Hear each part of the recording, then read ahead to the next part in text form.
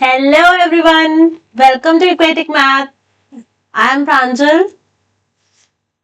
और कैसे हैं आप सब लोग?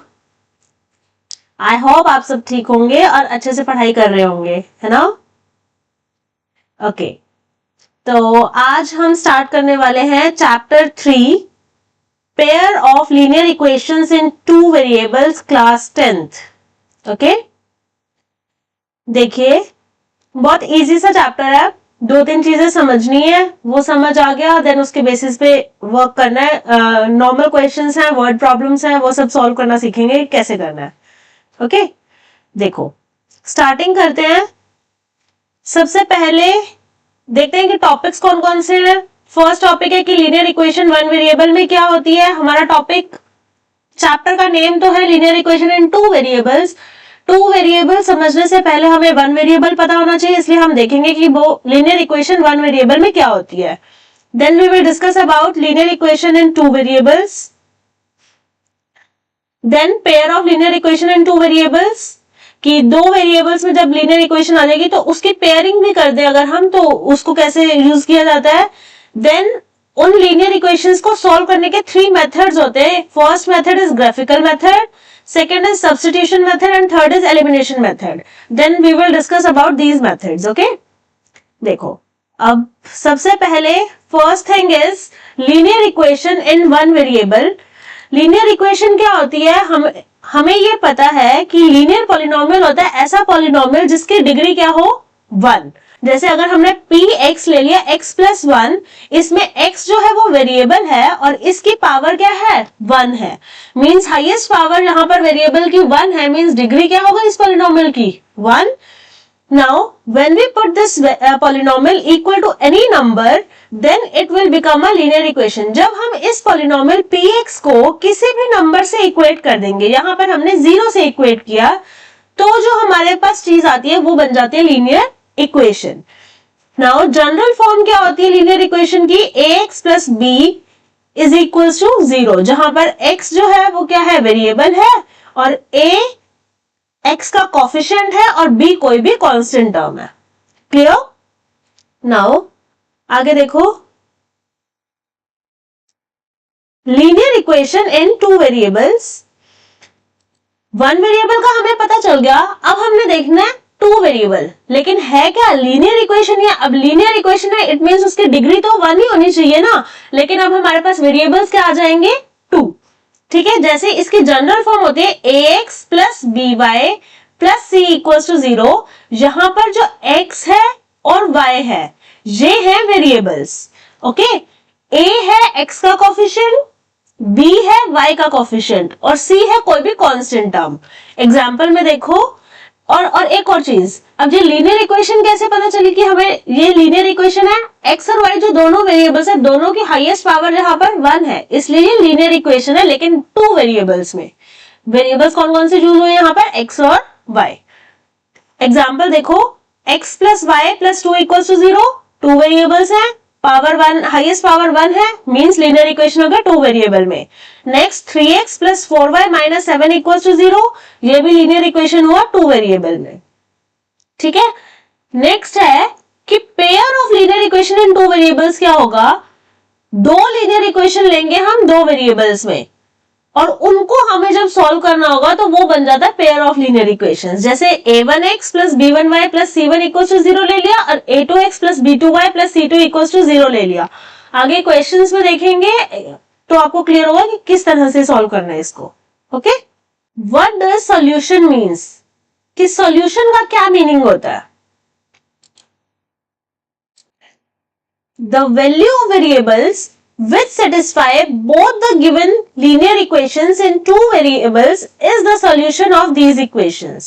क्या है कि जो हमें equations given है उसके लिए हमें कुछ वैल्यूज वेरिएबल्स की वैल्यूज दी जाएंगी। जब हम उसमें पुट करके देखेंगे, अगर वो वेरिएबल्स की वैल्यूज उन इक्वेशंस को सेटिस्फाई करता है, इट मींस वो उसका सॉल्यूशन होगा। अगर वो वेरिएबल्स की वैल्यूज उन इक्वेशंस को सेटिस्फाई नहीं करती, इट मींस वो सॉल्यूशन नहीं होगा। ठीक है, एग्जाम्पल में देखो, जैसे हमें ये गिवन है, check whether 2x equals to 2 and y equals to 1 is the solution of given system of linear equation or not. ठीक है, हमें ये बताना है कि x is equals to 2 and y is equals to 1 in equations का solution है या नहीं है. हमें सिंपल दोनों इक्वेशंस में x और y की वैल्यू पुट करनी है. अगर LHS और RHS इक्वल आ गए मीन सोल्यूशन है, LHS RHS इक्वल नहीं आए मीन सोल्यूशन नहीं है. ठीक है, जैसे हम पहली इक्वेशन लेते हैं 2x प्लस 7y. इसमें जब हम x की वैल्यू पुट करते हैं तो वो आएगा 2 इंटू 2 प्लस 7 इंटू वाई की वैल्यू 1. तो ये बना 2 into 2 is 4 plus 7 it is 11. Right, 2x plus 7y 11 के इक्वल गिवन था. जब हमने x और y की वैल्यू पुट करी तब भी 11 आ गया. राइट, सेकेंड इक्वेशन में देखें 3x माइनस 4y है, इक्वल आया 3 into 2 minus 4 into 1. Right, 3 into 2 is 6 minus 4 into 1 is 4 and it is equals to 2. यही गिवन था यहाँ पर भी. मींस दोनों इक्वेशंस में LHS और RHS इक्वल आ गए जब हमने x को 2 और y को 1 पुट किया. It means x is equals to 2 and y equals to 1 is a solution of the given system of linear equation. मतलब ये जो गिवन वैल्यूज x और y की वो इन लीनियर इक्वेशंस का सॉल्यूशन है. क्लियर? आगे देखो. Yes, next is system of linear equations in two variables. जब हमारे पास टू वेरिएबल्स में लीनियर इक्वेशंस आती हैं, उसमें जो वो सिस्टम बन जाता है तो हमारे पास टू टाइप्स के सिस्टम्स बनते हैं. First is consistent system and second one is inconsistent system. इनका मीनिंग क्या होता है? देखो, कंसिस्टेंट सिस्टम का मीनिंग है कि जो हमें लीनियर इक्वेशंस के पेयर दिए गए हैं उनके पास सॉल्यूशन होगा. ठीक है, और इनकंसिस्टेंट का मीनिंग है उनके पास सॉल्यूशन नहीं होगा. सिंपल सी चीज है. कंसिस्टेंट मीन्स है, इनकंसिस्टेंट मीन्स नहीं है. ओके, देखो और आगे और क्लियर होगा ये कैसे.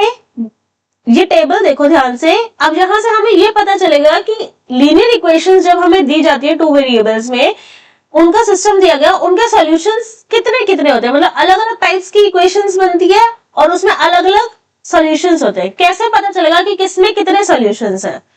देखो, फर्स्ट पार्ट देखना, हमारे पास है x minus 2y equals to 0 and 3x plus 4y minus 20 equals to 0. यही है. अब यहां पर हमने क्या देखा, अगर x माइनस 2y की बात करें मतलब a1 1 हुआ और b1 माइनस 2 हुआ. और इसी तरह से सेकेंड इक्वेशन में a1 a2 हुआ 3, b2 हुआ 4 और c2 हुआ माइनस 20. फर्स्ट इक्वेशन में कोई भी कांस्टेंट टर्म गिवन नहीं है, मीन c1 0 है. राइट, जब हमने इनके रेशियोज फाइंड किए तो ये क्या आया, ये आ गए. अब हमने यहां से देखा कि a1 by a2 और b1 by b2 इक्वल नहीं है. अगर ये इक्वल नहीं है इट मींस हमारे पास जो दो लाइंस बनेंगी, जो देखो, जो अगर हमें दो इक्वेशंस दी गई हैं इट मींस वो जब हम उनको ग्राफ पे डिनोट करेंगे तो वो लाइंस बनाएंगी. तो जो टू लाइंस की इक्वेशंस है वो इंटरसेक्टिंग लाइंस हुई. ठीक है, इंटरसेक्टिंग कब आई? जब a1 by a2 b1 by b2 के इक्वल नहीं है. ठीक है, और उसके साथ साथ हमें एक और चीज पता चलती है कि अगर इंटरसेक्टिंग लाइंस आ गई तो उसके पास सॉल्यूशन कितना होगा? ओनली वन सॉल्यूशन होगा. हमेशा सिर्फ और सिर्फ एक सॉल्यूशन होगा अगर इंटरसेक्टिंग लाइन है. क्लियर? इसी तरह से सेकेंड इक्वेशन में देखो, इसमें हमारे पास क्या आया, a1 by a2 इक्वल है b1 by b2 के, जो कि c1 by c2 के इक्वल है. राइट, मतलब तीनों रेशियोज एक दूसरे के इक्वल हैं. अगर तीनों रेशियोज इक्वल हैं इट मींस हमारे पास जो लाइंस बनेंगी वो कोइंसिडेंट लाइंस बनेंगी. कोइंसिडेंट लाइंस मींस कि एक ही लाइन, दोनों लाइंस एक साथ एक के ऊपर एक आ रही है. ओके, अलग अलग लाइंस हैं, इक्वेशंस अलग अलग हैं, लेकिन वो लाइन एक ही है. क्लियर? और अगर वो कोइंसिडेंट लाइंस है इट मींस उसके पास कितने सॉल्यूशंस होंगे? Infinitely many solutions. Coincident lines का मीनिंग होता है infinitely many solutions. Okay, similar way में हमने देखा थर्ड पार्ट में हमारे पास आ गए a1 by a2 इक्वल है b1 by b2 के, लेकिन वो c1 by c2 के इक्वल नहीं है. जब ऐसी कंडीशन होगी तो हमारे पास जो दो लाइंस बन रही है वो पैरेलल लाइंस होंगी, और पैरेलल लाइंस के केस में हमारे पास कोई भी सॉल्यूशन नहीं होता है। क्लियर? समझ गए? देखो इनको हम क्वेश्चंस में करते हैं। अब कैसे? क्वेश्चन देखो, on comparing the ratios A1 by A2, B1 by B2 and C1 by C2, find out whether the lines representing the following pairs of linear equations intersect at a point are parallel or coincident। हमें बस ये बताना है कि जो दो pair of linear equations हैं उनसे हमें पहले रेशियोज फाइंड करने, A1 by A2, B1 by B2, C1 by C2, और फिर ये बताना है कि ये जो दो लाइंस हैं ये पैरेलल हैं या कोइंसिडेंट है। देखो फर्स्ट पार्ट में देखो क्या है, 5x minus 4y plus 8 equals to 0 first equation है। सेकेंड इक्वेशन है 7x plus 6y minus 9 equals to 0। अगर हम इनको कंपेयर करें तो ये इनसे कंपेयर होगा ना, a1x plus b1y plus c1 equal 0 और a2x plus b2y plus c2 equals 0। यहां से हमें ये पता चला कि a1 by a2 क्या आएगा इसमें, 5/7, राइट। नेक्स्ट केस में b1 by b2 क्या होगा इसमें, -4/6, राइट। एंड -4/6 का मीनिंग क्या हो गया, -2/3, और C1 by C2 जब हम देखेंगे तो वो क्या है, 8/-9, राइट। अगर आप ध्यान से देखो तो इसमें हमारे पास क्या बन रहा है कि A1 by A2 is not equals to B1 by B2 and is not equals to C1 by C2। अब ये कंडीशन कब थी हमारे पास, अगर हम टेबल फिर से देखें, ध्यान देना, ये कंडीशन हमारे पास सिर्फ और सिर्फ फर्स्ट केस में है जब A1 by A2 B1 by B2 के इक्वल नहीं है, राइट। इट मीन्स ये इंटरसेक्टिंग लाइंस के केस में है, क्योंकि बाकी दोनों केसेस में तो ये दोनों इक्वल होने चाहिए ना। तो इट मीन्स ये जो टू इक्वेशंस गिवन है हमारी, ये किसकी गिवन है, इंटरसेक्टिंग लाइंस की। समझे? नेक्स्ट पार्ट देखो, इसमें जब हम A1 by A2 फाइंड करेंगे तो हमारे पास क्या आ रहा है, 9/18। 9/18 का meaning 1/2, right. B1 by B2 find किया तो आया 3/6, it means also 1/2। And C1 by C2 find किया, वो आया 12/24, ये भी होता है 1/2, है ना। तीनों इक्वल आ गए तो राइट करेंगे A1 by A2 equal B1 by B2 equal C1 by C2। ठीक है, क्या मतलब हुआ इसका, A1 by A2 equal B1 by B2 equal C1 by C2। ये कौन से केस में होता है, जल्दी बताओ। कोइंसिडेंट लाइंस के केस में, क्योंकि पैरेलल लाइंस में तो C1 by C2 इक्वल नहीं होते, राइट। तो इसका आंसर क्या हो गया, coincident lines. Clear? Third part करोगे खुद, फटाफट करो, I am giving you 2 minute, जल्दी से ये फाइंड आउट करो, फिर मैं चेक करवाती हूँ।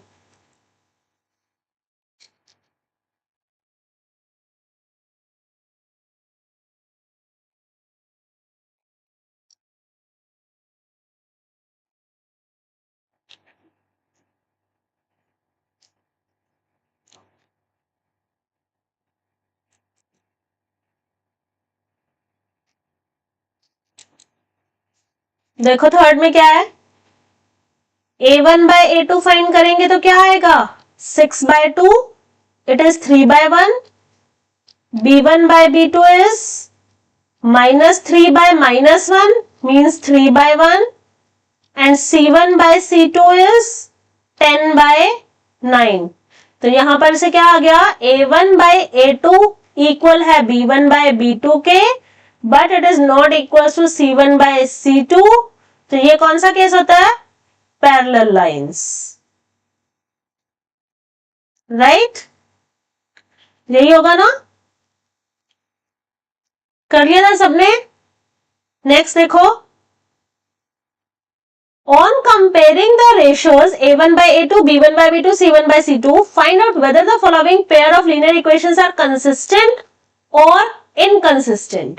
अब हमें ये बताना है कि कंसिस्टेंट होगा या इनकंसिस्टेंट होगा. अब देखो एक चीज, मैंने आपको कंसिस्टेंट और इनकंसिस्टेंट बताया था. क्या होते हैं कि कंसिस्टेंट वो होते जिनके पास सोल्यूशन होता है, इनकंसिस्टेंट जिनके पास सोल्यूशन नहीं होता, राइट? और जो अभी हमने टेबल देखी है, उस टेबल के अकॉर्डिंग हमारे पास क्या है कि अगर इंटरसेक्टिंग लाइंस हैं तो वन सॉल्यूशन है, और कोइंसिडेंट लाइंस हैं तो इनफाइनाइटली मेनी सॉल्यूशंस हैं, और पैरेलल लाइंस है तो नो सॉल्यूशन. नो सॉल्यूशन वाला मींस इनकंसिस्टेंट हो गया, और बाकी दोनों के पास सॉल्यूशन आ रहा है ना, चाहे एक है चाहे इनफाइनाइट है, क्या फर्क पड़ता है, सॉल्यूशन तो है. इट मींस वो दोनों कंसिस्टेंट हो गए. क्लियर? मतलब इंटरसेक्टिंग और कोइंसिडेंट लाइंस वाला केस कंसिस्टेंट, पैरेलल लाइंस वाला केस इनकंसिस्टेंट. करें सेम वही मेथड से ही करेंगे. सिंपल ये फाइंड किया, a1 by a2 ये आया 3 by 2, b1 by b2 आ गया 2 by -3. यहां से हमने देखा कि a1 by a2 he b1 by b2 के इक्वल नहीं है. इट मींस कौन सा हुआ ये? इंटरसेक्टिंग लाइंस का हो गया. इंटरसेक्टिंग लाइंस का मीनिंग कंसिस्टेंट, राइट? तो ये आप राइट करोगे, a1 by a2 is not equals to b1 by b2. This implies intersecting lines. Intersecting lines का मीनिंग क्या हो गया? इंटरसेक्टिंग लाइंस का मीनिंग हो गया वन सॉल्यूशन या यूनिक सॉल्यूशन बोल सकते हो, और उसका मीनिंग हो गया कंसिस्टेंट. क्लियर? ये आप डायरेक्ट भी बता सकते थे, मैंने बस आपको एक्सप्लेन करने के लिए तीनों चीजें राइट की है. ठीक है? सेकेंड केस में अगर हम देखें तो यहां पर क्या आएगा, a1 by a2 equals to 2 by 4, it is 1 by 2. b1 by b2 is -3 by -6, it is also 1 by 2. and c1 by c2 is 8 by 9. यहां पर क्या है, a1 by a2 b1 by b2 के इक्वल है, लेकिन c1 by c2 के equal नहीं है. इट मींस कौन सी होता है ये? पैरेलल लाइंस होती है. पैरेलल लाइंस कौन से केस में आएगा? इनकंसिस्टेंट में. क्लियर? तो यहां पर डायरेक्ट राइट करेंगे इनकंसिस्टेंट. ओके, नेक्स्ट देखें. नेक्स्ट है a1 by a2, ये आया 3 by 2 और 9 डिनोमिनेटर में ही जाएगा, तो ये बन जाएगा 1 by 6. b1 by b2 जब फाइंड करेंगे तो वो होगा 5 by 3 और -10 आ गया यहां पर, तो ये बना 5 by -30. यहां से हमने देखा 5 by -30 का मीनिंग क्या हुआ, -1 by 6 या 1 by -6, यही बना. यहां से हमने देखा कि a1 by a2 he b1 by b2 के इक्वल नहीं है, सेम फर्स्ट वाले जैसा बन गया. इट मींस ये क्या हो गया, कंसिस्टेंट.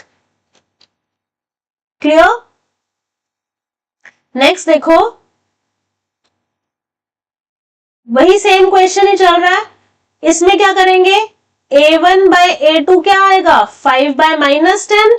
इसका मीनिंग क्या हो गया, -1 by 2. b1 by b2 करेंगे तो वो आया -3 by 6. It is also -1 by 2. c1 by c2 किया 11 by -22. It is also -1 by 2. इसका मीनिंग क्या हुआ, a1 by a2 equals to b1 by b2 equals to c1 by c2. ये कौन सी लाइंस का केस होता है, कोइंसिडेंट का. Coincident lines means infinitely many solutions, many solutions means consistent.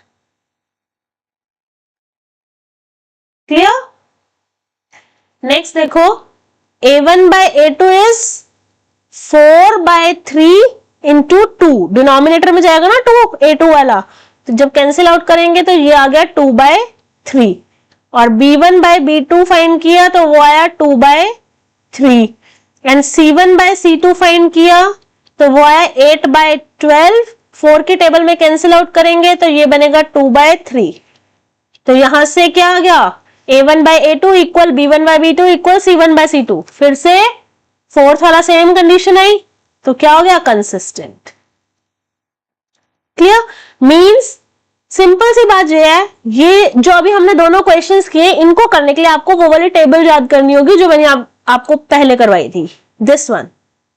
Okay, और इस टेबल में साइड में एक और चीज नोट कर लेना, अगर ये एग्जैक्टली वन सॉल्यूशन है तो भी ये कंसिस्टेंट है, इनफाइनाइटली मैनी सॉल्यूशन है तब भी कंसिस्टेंट है, और नो सॉल्यूशन है इट मींस इनकंसिस्टेंट।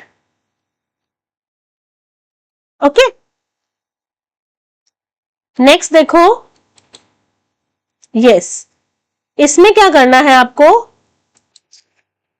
क्वेश्चन है which of the following pairs of linear equations are consistent और इनकंसिस्टेंट। सबसे पहले हमें यही बताना है कि कौन सी इक्वेशन, कौन सा पेयर लीनियर इक्वेशंस का कंसिस्टेंट है और या इनकंसिस्टेंट है। इफ कंसिस्टेंट, अगर वो कंसिस्टेंट है तो हमें उसका सॉल्यूशन फाइंड करना है ग्राफिकली।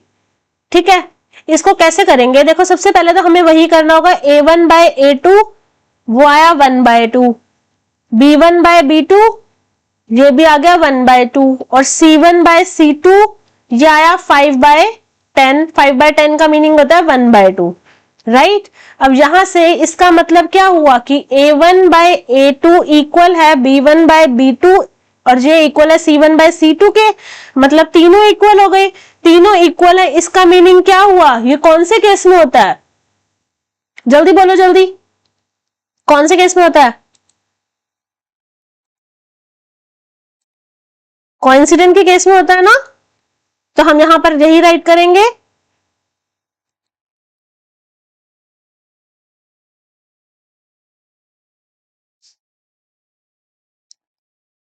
कोइंसिडेंट, कोइंसिडेंट लाइंस का मीनिंग क्या हो गया कि हमारा जो सॉल्यूशन आएगा वो क्या होगा, कंसिस्टेंट होगा। अब कंसिस्टेंट के केस में हमें क्या करना है, ग्राफ ड्रॉ करना है, ग्राफ से सॉल्यूशन ऑब्टेन करना है। तो उसके लिए हम क्या करेंगे, हम x और y की अलग अलग वैल्यूज फाइंड करेंगे। ठीक है, फर्स्ट वाले के लिए ये हमने टेबल बना दी फर्स्ट इक्वेशन के लिए, और सेकंड इक्वेशन के लिए हमने यहां टेबल बना दी। ठीक है,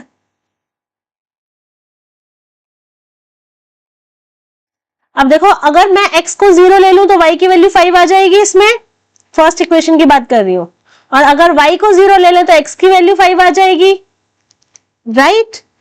और सेकंड केस में क्या आएगा, अगर हम x को 0 ले लें तो y की वैल्यू 5 आएगी, सॉल्व करके देखना, और y को 0 लें तो x की वैल्यू 5 आएगी, सॉल्व करके देख लेना। ठीक है, तो जब हम ग्राफ बनाएंगे तो ग्राफ में हमारे पास क्या होगा, ये आ गई y एक्सिस, इस पे हमने लिया 1 2 3 4 5, और ये आया 1 2 3 4 5, ये है x एक्सिस, ये है y एक्सिस, ये है 0 -1 -2, और यहाँ पे भी आएगा -1 -2। ये आप ग्राफ पे बना के देखोगे, तो जब हम यहाँ पे x को 0 लेंगे तो y की वैल्यू 5, मतलब ये हो गया, और जब y को 0 लेंगे x की वैल्यू 5 का मतलब ये हो गया, और जब हम इन दोनों को फिर ज्वाइन कर देंगे तो ये आ गया हमारे पास ग्राफ। जब ये ग्राफ आया तो अगर आप देखो तो हमारे पास जो सॉल्यूशन बना, ये है 0 5, ये है 5 0, और कोइंसिडेंट लाइंस का मीनिंग होता है हमारे पास इनफाइनाइटली मैनी सॉल्यूशंस आएंगे, तो इस लाइन के ऊपर जहां जहां पे भी ये दोनों इंटरसेक्ट करेंगे वो सारे इसके सॉल्यूशंस होते हैं। ठीक है, तो हमने मेन दो सॉल्यूशंस एक बार निकाल के दिखा दिए, 0 5 और 5 0, और बाकी के सॉल्यूशंस भी ये आप फाइंड कर सकते हो। क्लियर? नेक्स्ट में देखो, नेक्स्ट क्वेश्चन, नेक्स्ट पार्ट है इसी का, सेम पहले वही चीज करेंगे। a1 by a2 फाइंड किया तो वो आया 1/3, b1 by b2 फाइंड किया तो वो आया -1 by -3, मतलब 1/3, और c1 by c2 फाइंड किया तो वो आया 8/16 मींस 1/2। तो यहां से हमारे पास क्या आ गया कि a1 by a2 तो इक्वल है b1 by b2 के, but it is not equal to c1 by c2। ये कौन सा केस होता है बताओ, ये पैरेलल लाइंस का केस होता है, पैरेलल लाइंस का केस है, इसका मतलब क्या हो गया कि ये इनकंसिस्टेंट हो गया, और इनकंसिस्टेंट के केस में नो सॉल्यूशन होता है। पैरेलल लाइंस मतलब नो सॉल्यूशन, मतलब इनकंसिस्टेंट, मतलब जो सॉल्यूशन है हमें ग्राफ भी नहीं बनाना है इसमें। ठीक है, क्वेश्चन में भी यही गिवन था कि अगर इनकंसिस्टेंट आ जाता है तो आपको ग्राफ नहीं बनाना, सिर्फ कंसिस्टेंट के केस में ग्राफ बनाकर दिखाओ। ठीक है, थर्ड पार्ट देखो, a1 बाय a2 2/4 मतलब 1/2, b1 by b2 means -2 by -4, it is also 1/2, और c1 बाय c2 आया -2 by -5 मतलब 2/5 आ गया। जहां पर क्या बन रहा है, a1 by a2 is equal to b1 by b2, but it is not equal to c1 by c2, इसका मतलब इनकंसिस्टेंट हो गया, और इनकंसिस्टेंट के केस में हमें ग्राफ नहीं बनाना। Right, clear. नेक्स्ट देखो, यस इसमें भी हम वही फाइंड करेंगे। पहले a1 बाय a2 ये आया 2/4, ये बन गया 1/2। जब b1 बाय b2 देखा तो वो आया 1 बाय -2, और c1 बाय c2 आएगा -6 बाय -4 मतलब3/2, 2 के टेबल में कैंसिल आउट हो जाएंगे। तो यहां से हमारे पास क्या आ गया कि a1 by a2 not equal है b1 बाय b2 के, और ये कौन से केस में होता था, first case, intersecting lines. Intersecting lines का मतलब कंसिस्टेंट। राइट, अब कंसिस्टेंट है मींस हमें ग्राफ ड्रॉ करना है। अब ग्राफ ड्रॉ करने के लिए हम क्या करेंगे, हम टेबल बनाएंगे। ये लिया हमने एक्स वाई, ये हो गया फर्स्ट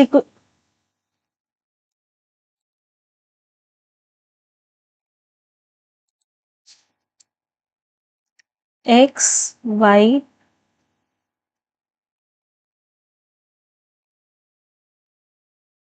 ये फर्स्ट इक्वेशन के लिए, और यहां लिया एक्स वाई,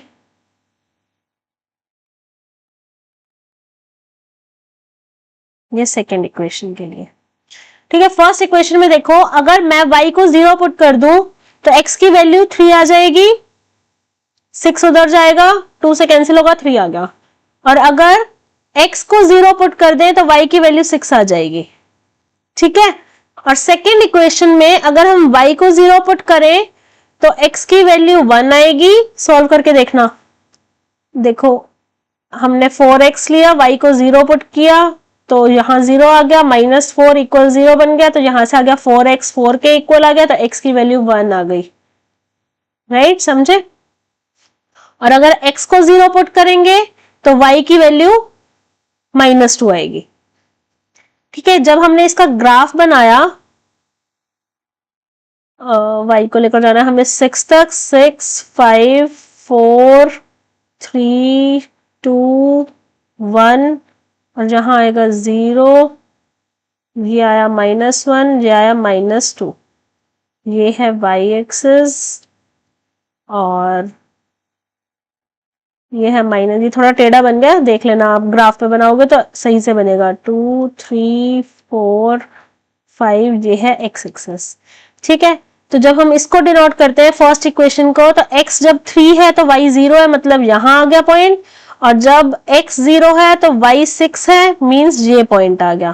ठीक है, इसको ज्वाइन करते हैं तो ये बनेगा कुछ ऐसी लाइन। राइट, और जब इस वाले को पुट करेंगे तो x जब 1 है तो y 0 है, मींस ये पॉइंट, और जब x 0 है तो y -2 है, मींस ये वाला point. No,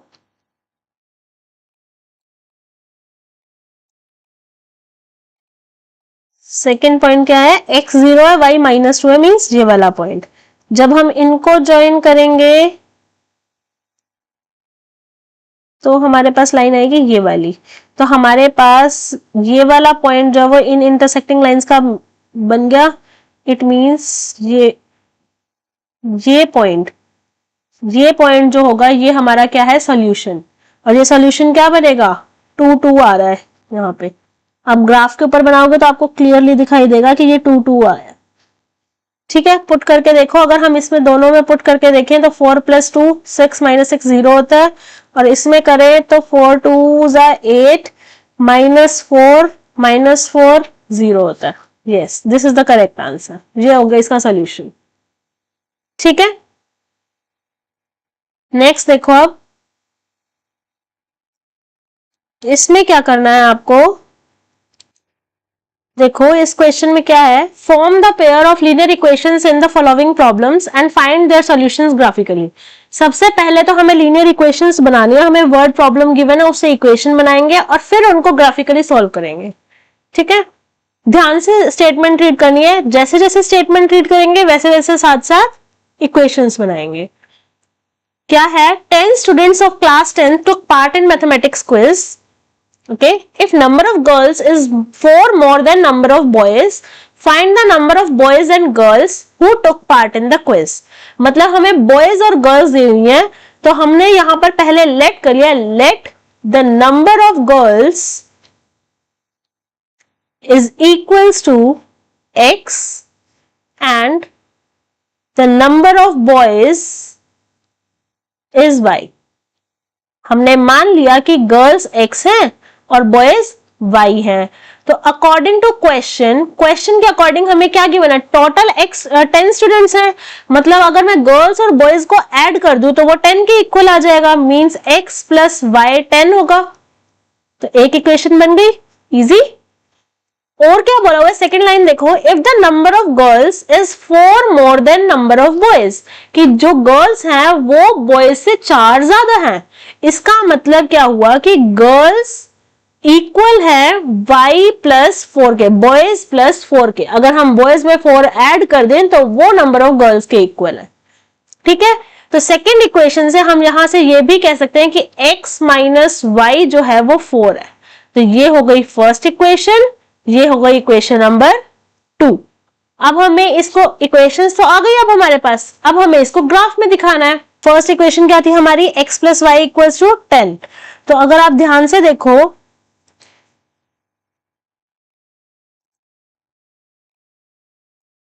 x plus y equals to 10 और दूसरी इक्वेशन थी x माइनस वाई इक्वल 4, तो अगर मैं x को 5 पुट करूं तो y की वैल्यू 5 आ रही है, इस टेबल को ध्यान से देखो, आ जाएगी।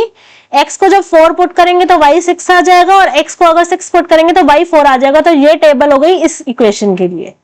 ठीक है, नेक्स्ट देखो, अगर x को 5 पुट करेंगे और y को 1 पुट करेंगे तो y की वैल्यू 1 आएगी, अगर x 4 है तो y 0 होगा, और अगर x 3 है तो y माइनस 1 होगा।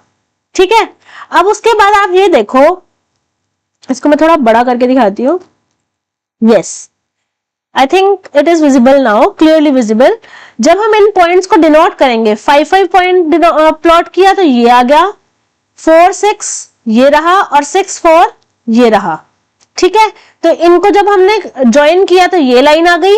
नेक्स्ट वाले इक्वेशन में हमारे पास थे 5 1, तो ये रहा वो पॉइंट, और है 4 0 ये रहा, और है 3 माइनस 1 ये रहा। जब हम इनको कनेक्ट करेंगे तो हमारे पास ये लाइन आ गई। उसके बाद हमने देखा कि ये दोनों लाइंस हमारे पास इस पॉइंट के ऊपर इंटरसेक्ट कर रही हैं, और ये पॉइंट क्या है, 7 3। 7 3 का मीनिंग हुआ कि x की वैल्यू है 7 और y की वैल्यू है 3। x की वैल्यू 7, y की वैल्यू 3 का मीनिंग क्या हुआ, हमने x किसको माना था, गर्ल्स को, और y को माना था बॉयज, तो it means number of girls हुई हमारे पास 7 और नंबर ऑफ बॉयज हो गए 3। ये है हमारा सॉल्यूशन। क्लियर? नेक्स्ट देखो, yes, this question says 5 pencils and 7 pens together cost ₹50। मतलब हमारे पास पेंसिल और पेन है, तो हम लेट कर लेते हैं, let the cost of 1 pencil, एक पेंसिल की अगर कॉस्ट ₹X है, and the cost of 1 pen, और एक पेन की कॉस्ट अगर ₹Y है, तो क्वेश्चन के अकॉर्डिंग हमें क्या गिवन है, 5 पेंसिल्स गिवन है मतलब 5x कॉस्ट होगी, और 7 पेन्स गिवन है मतलब 7y कॉस्ट होगी, और इन दोनों की टुगेदर कॉस्ट कितनी है, ₹50, मतलब ये इक्वल आ गया 50 के। तो इक्वेशन नंबर 1 समझ आई कैसी निकली।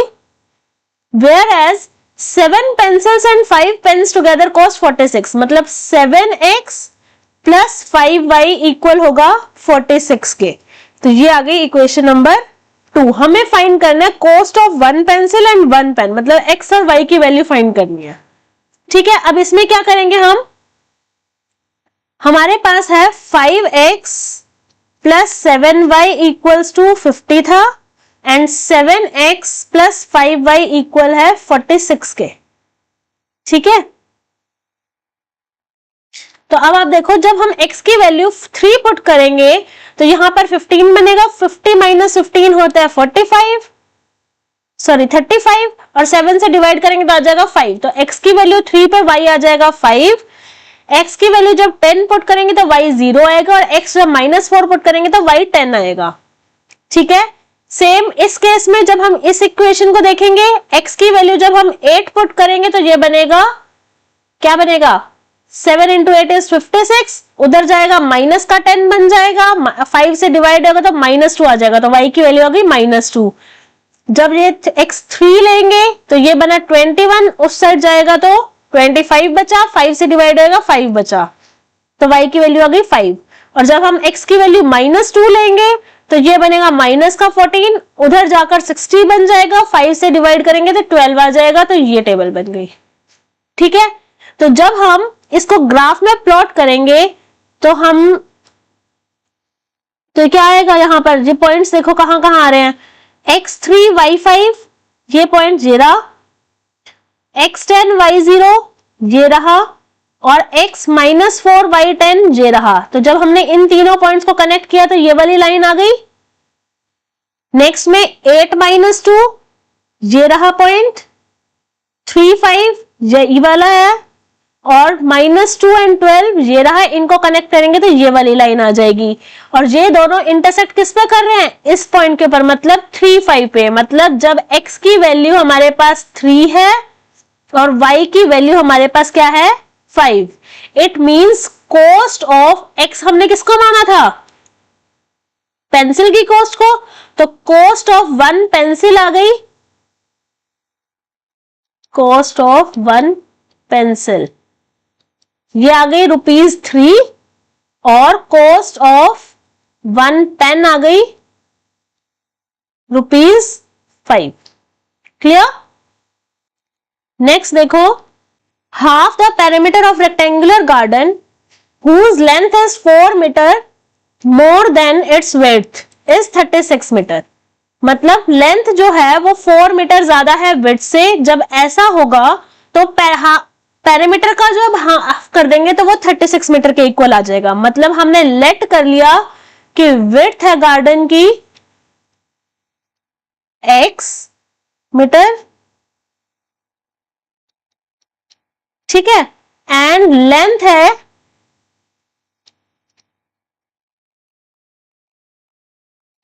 y metre. तो क्वेश्चन के अकॉर्डिंग हमारे पास क्या आ रहा है, लेंथ 4 मीटर ज्यादा है, इट मींस y इक्वल हो जाएगा x प्लस 4 के।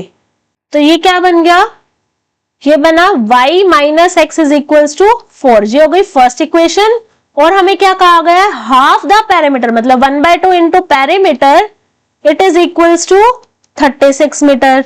इसका मतलब हाफ पेरीमीटर का फॉर्मूला होता है 2 इंटू लेंथ प्लस ब्रेड्थ, मतलब 2 इंटू एक्स प्लस वाई। ये आ गया 36 मीटर के, 2 से 2 कैंसिल आउट हो गया तो ये बन गया x plus y equals to 36। ये आ गई हमारे पास इक्वेशन नंबर 2। देखो अब इसको आगे कैसे सॉल्व करेंगे। एक है हमारे पास x plus y equals to 36 और सेकेंड इक्वेशन और फर्स्ट वाली इक्वेशन क्या थी, y minus x equals to 4। ठीक है, जब हम यहां पे देखो x को 0 पुट करेंगे तो y 36 आ गया, और y को 0 पुट करेंगे तो x 36 आ जाएगा, x को 16 पुट करेंगे तो y की वैल्यू आ जाएगी 20।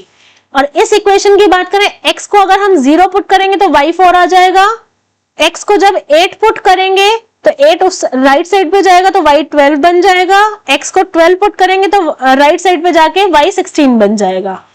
जब हम इसको ग्राफ में डिनोट करते हैं, प्लॉट करेंगे तो ये बना, ये रहा फर्स्ट इक्वेशन को देखो, 0 36 ये रहा, 36 0 ये रहा और 16 20 ये रहा। तो ये हो गई फर्स्ट ये वाली इक्वेशन। और जब हम 0 4 को प्लॉट कर रहे हैं तो ये रहा, देन 8 12 एंड देन 12 16, इनको कनेक्ट करेंगे तो ये रहे, ये बन गए इंटरसेक्टिंग लाइंस। ये इंटरसेक्ट हो रही है इस पॉइंट के ऊपर, ये है 16 20 वाला, मतलब x की वैल्यू आ गई 16 और y की वैल्यू आ गई 20 मीटर। अब x क्या था हमारे पास, विड्थ, और y क्या थी, लेंथ। तो लेंथ की वैल्यू आ गई 20 मीटर और विड्थ की वैल्यू आ गई 16 metre. So that is all for today. For the next part we will meet tomorrow. Okay, तब तक अच्छे से पढ़ाई करना, ध्यान से समझ लेना, कुछ भी प्रॉब्लम हो कमेंट्स में बता देना। I will surely solve your problem. Okay, till then, bye bye.